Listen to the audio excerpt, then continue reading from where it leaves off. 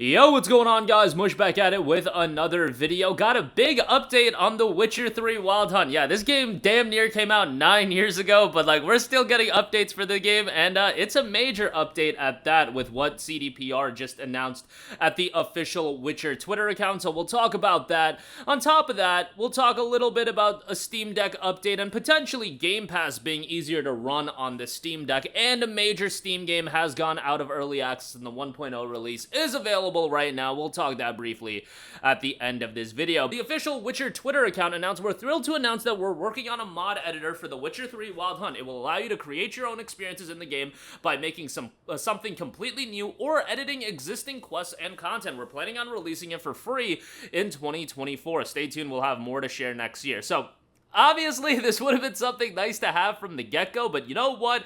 CDPR with Witcher 3, they already dropped like a stellar game. They did stellar expansions to the game. They did continue to update the game. They upgraded it on next gen. They did their due diligence with Witcher 3. Like, as far as the trash heap that we sometimes get in gaming these days, Witcher 3 was not that in 2015. Obviously, a different era than 2023.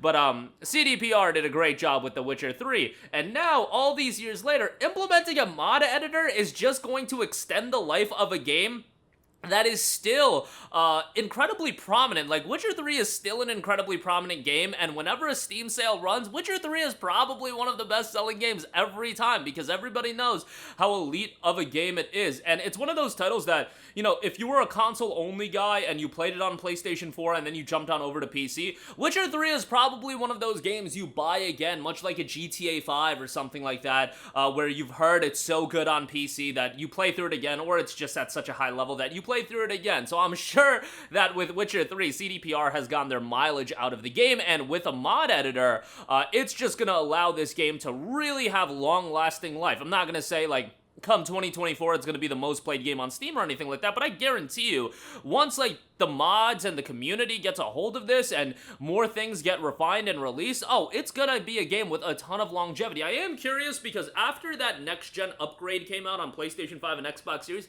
CDPR a little bit sly, but they increased the price points of their games, their on-sale price points. So Witcher 3 Complete Edition, the MSRP is still like $50, but it used to go on sale for like $10. Then that update came out, and now it'll go on sale for like $25 to $30. So CDPR is a little bit sneaky when it comes to that, but you know what? When it comes to a studio like CDPR and Witcher 3, particularly Witcher 3 as a game, I'll let that slide, you know? I'm a homer for Witcher 3, so, you know, I'm gonna let that slide, but, you know, it will be interesting to see if they'll continue to let the game, you know, fall in price and let it get back down to $10, but, you know, with the release of a mod editor, again, this is going to increase the longevity of the game, and I could very well see them retain that price point, that on-sale price point, so to speak, at $30. But, bro, it's Witcher 3, like, spending $30, you guys spend, like, a lot of nonsense money, like, bro, people spent $70 on Star Wars Jedi Survivor, and that game was an abomination of a PC port, and, like, bro, you could spend $30 on Witcher 3, and I say that about Jedi Survivor when it's literally one of my favorite games of the year, but you guys get what I mean. We spend money on some stupid stuff, and you know, for a game at the quality level of Witcher 3, I don't think $25 to $30 is that crazy. Would it be nice if it was still 10? Sure, but you're gonna get longevity out of the game. Moving on from that, Steven Sotilo over on Twitter noted, "Extra, getting Xbox Cloud Gaming to run on Steam Deck is cumbersome. Can't just download an app. Valve's Lawrence Yang tells me it's not his department, but said, cloud streaming Game Pass is something we'd like to make easier for more Steam Deck consumers to access." Really, outside of cloud streaming on Game Pass, it would be nice if Game Pass as a whole would be easier to implement on the Steam Deck. I think, you know, integrating Game Pass, to Steam Deck is obviously going to be a big thing, but integrating it to Steam as a whole, that is like the coup de grace, the thing that I think everybody would want, and it would be a huge proponent for a lot of people to check out Game Pass on PC. Look, that might just be me getting greedy and wanting everything on Steam, and you might be like, you're asking for a monopoly, but Microsoft already releases their games on Steam. They're just priced at $70. Like, a lot of us bought Starfield on Steam, you know, just because that's a game we wanted to own, but imagine implementing Game Pass on Steam itself. Obviously, the thing that is going to be a concern is that Valve would want their cut, but I'm sure given the promotion and the vehicle Steam could be for Game Pass to get more subscribers, they could work out a deal that would be beneficial to everyone involved. Now, the question is, does Microsoft have a plan to cultivate their own ecosystem with the Xbox app so they could have people invested into their own platform? You know, it's different than EA because EA and EA Access doesn't have that much investment into EA Access. And remember, even with EA Access, the basic model of EA Access is on Steam. The Premier model is not available on Steam. If you want the Premier model that includes day one games, you have to go through the Origin app. And the Premier model that EA offers with Origin or Origin Access or EA Access, that is essentially what Microsoft offers with Xbox Game Pass. Day one titles, and even more than that, you get day one titles from third parties as well, like a Persona 5 Tactica and a Lies of P.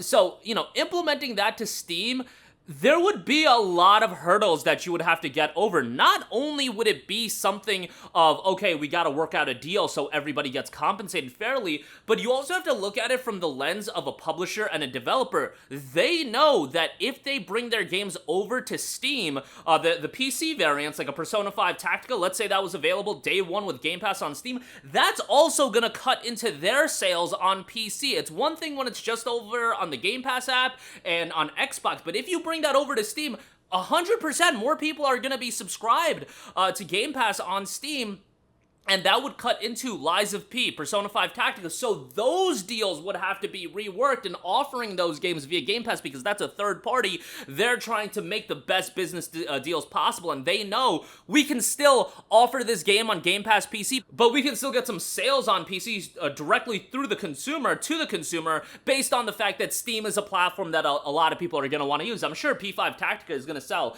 decently on Steam, as even with it being on Game Pass. Obviously, it's going to hinder it a little bit, but if Game Pass was available on Steam, it would hinder it even more. So there's a lot of nuances to that. You have to work, you have to realize it's just not as easy as Valve and Microsoft working out a deal and boom, it's on Steam. They would have to work out deals with all of the games that they offer on Game Pass PC. So it is a little bit more of a hurdle than people realize, but I'm sure they can make something work where everybody is satisfied with it. That's just my 2 cents. I don't know if that's ultimately going to happen, but we'll see. At the very least, cloud gaming getting run on Steam Deck would be a nice step forward. Lastly, I do want to note, Humble Games' Coral Island is now out of early access, and version 1.0 has finally been released.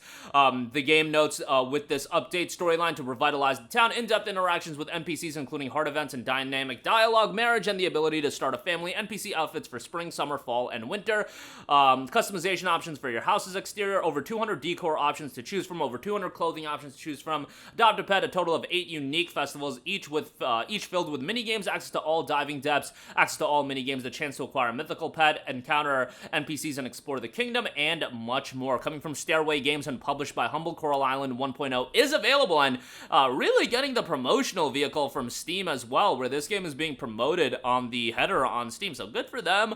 And Humble has been publishing some pretty notable stuff. Signalis, obviously Temtem's a little bit mixed of got a mixed reception, but it was still a notable release. Coral Island, and they've done quite a lot of other titles as well, so hopefully Humble keeps that up. I do know Humble had some layoffs recently, so that's always unfortunate, but yeah, obviously it's a reality in the gaming world these days, so what can you do? But that'll do it for me. Again, Witcher 3 getting a huge update in 2024, a free update at that, a mod editor, increasing the longevity of the game.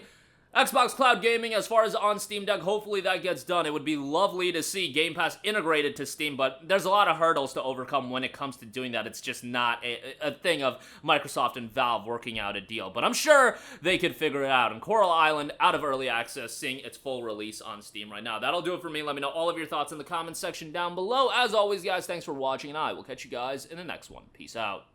Hey, what's going on, guys? Mush here again. Hope you enjoyed the video. As you guys might know, YouTube's notification system is sometimes a little bit wonky, even if you're subscribed to the channel. Maybe you're not abundantly aware that I uploaded a video. To remedy that situation, make sure you hit the bell notification button. This way, whenever I upload a new video, and I try to upload as consistently as possible, you will be notified directly of the upload, and you can watch it as soon as it goes live. I would really appreciate if you guys hit that button so you can stay up to date with all of the content I'm posting. But as always, guys, thanks for watching, and I'll catch you guys in the next one. Peace out.